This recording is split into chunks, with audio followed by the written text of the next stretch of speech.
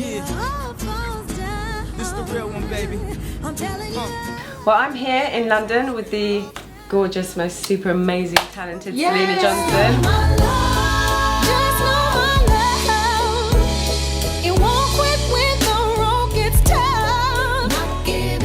How do you feel R&B is today compared to the sound that you are known for? Well, I just think that music evolves, and it's okay if it doesn't sound exactly the same. I don't knock the music, knock R&B. I do think hip hop has gotten out of hand, and there is some lyrical content in R&B that's kind of inappropriate. But whatever, you know, Rick James talked about Mary Jane back in the day, you know. So we did it a little more tasteful back then. You know, it's more discreet and tasteful, but. You know, it's just music, it evolves, it changes, we're in a different time, it's different people, it's different, you know, we're all different. So how do you feel you've changed musically from chapter 1 to now we're on chapter 6? Well, I automatically evolve musically. I automatically do because I grow as a person and I write about where I am in my life. So 4 years of growth is good, and because I'm a lyricist, you're going to get a different Syleena every time. And how long did it take you to complete chapter 6? How long have you been working on that?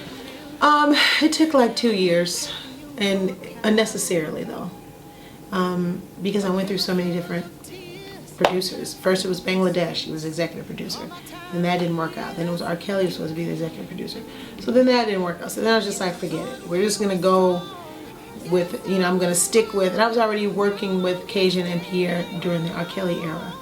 When Robert was going to be the executive producer, and I just felt like they had the sound, the direction that I was going, so I just said let's stick with them.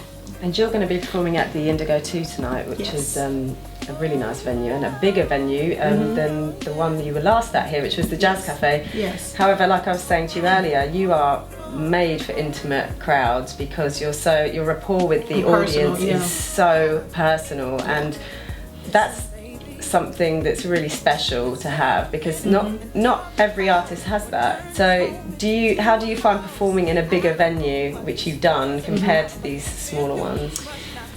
You know, it's not about the venue size as much.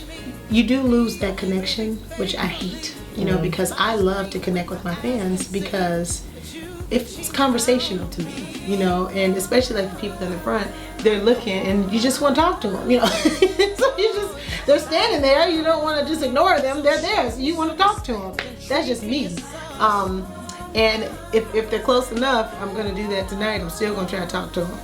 But because I have a point in my show where I do a call and response, where, you know, you probably saw that, where I ask them what they want to hear. So we'll see how that works. Okay, so away from the music side of things now, you have had your fair share of late of reality TV. Oh God. This is something that you have embraced to the full. Yes, I get all my services. Do it all. I get my services, yes. Now, this must have changed you as a person. I don't care what you say. You must have learned so many lessons doing this. What is the most valuable one you've learned? That being me is okay. That the things that I beat up myself about, that's okay. You know, it's okay to be yourself. If this characteristic, like, I talk too much, as you can see. But for years, I always felt like, you talk too much, don't talk.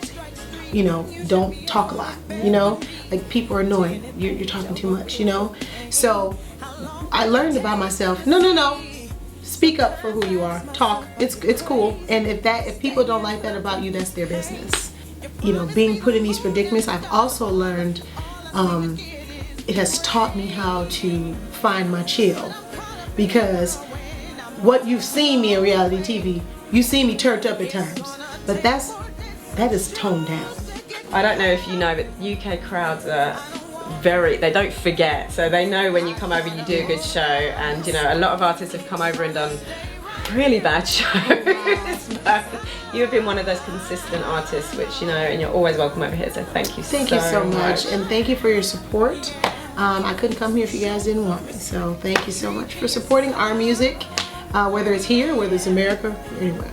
And keep watching R&B Divas. I don't know if we're coming back. You had it here first. If we do, child, Lord. I don't know what's gonna happen. We just need some new people then. I don't know. I don't know, child. I'm your